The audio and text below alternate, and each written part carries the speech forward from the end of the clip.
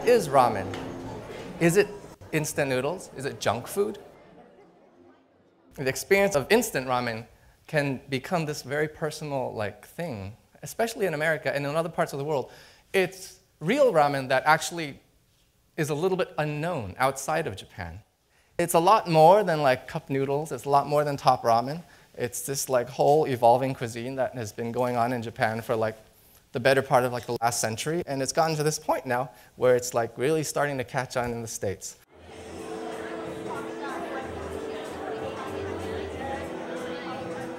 This is where ramen can evolve into this cuisine that can be popular all over the world and be adaptable to new tastes. Tonight we're in for a treat. We have a panel of experts who will answer all of our questions related to ramen, and followed by a reception where we'll be tasting.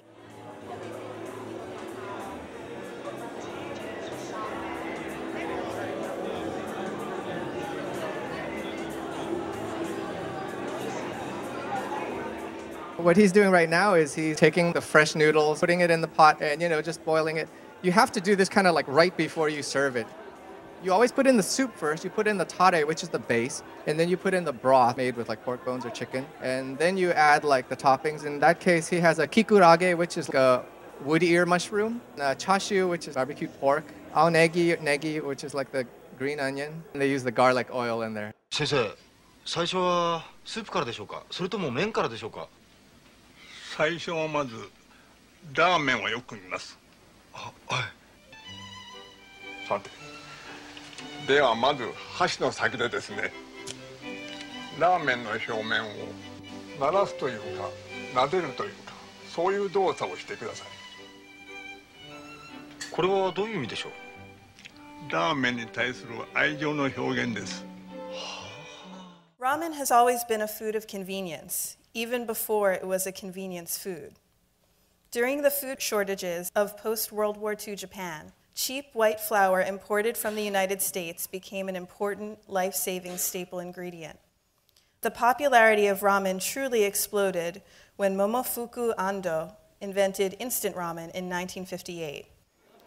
By 2006, sales of cup noodle exceeded 25 billion servings worldwide. Good traditional ramen is actually very much like fine dining in that they use locally sourced ingredients. There's 4 basic soup styles of ramen. There's shoyu, which is a soy sauce-based ramen soup. A shio, which is where the soup is made with salt, miso. And there's tonkotsu, pork bone.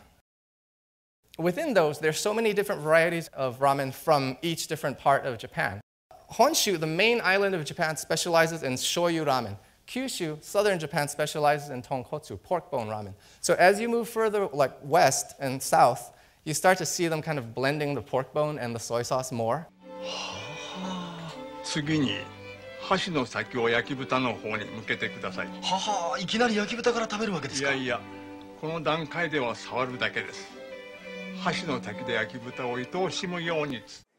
Tradition only gets you so far. As a ramen chef, you're always trying to innovate, you're always trying to come up with new things, and you're always trying to make your place stand out from the competition.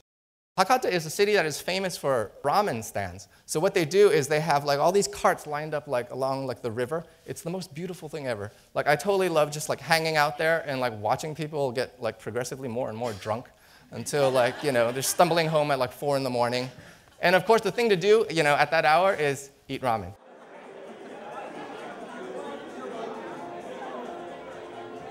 I had a lot of fun. I spent a couple years in Japan, and I love ramen. So the kind of culinary tour from top to bottom of Japan was resonated for me. Ramen is great because there's a whole culture surrounding it. It's not just a food. It's a culture.